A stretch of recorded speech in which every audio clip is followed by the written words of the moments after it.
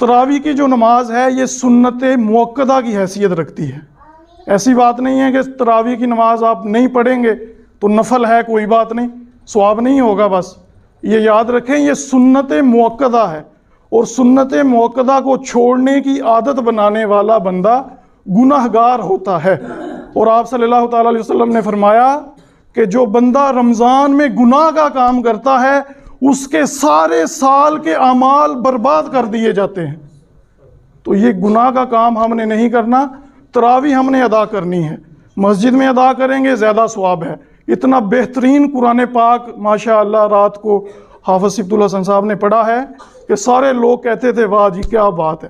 تو ماشاء اللہ اتنا بہترین قرآن پاک انہوں نے تراویح کے اندر رات کو 1.25 پارہ پڑھا ہے، اور وہ بھی 1 گھنٹے کے اندر. اتنے سال ہو گئے تراویح پڑھتے ہوئے، رات کو جو ہے وہ مزہ آیا ہے، سپیڈ سے بھی پڑھا ہے، ایک ایک لفظ کی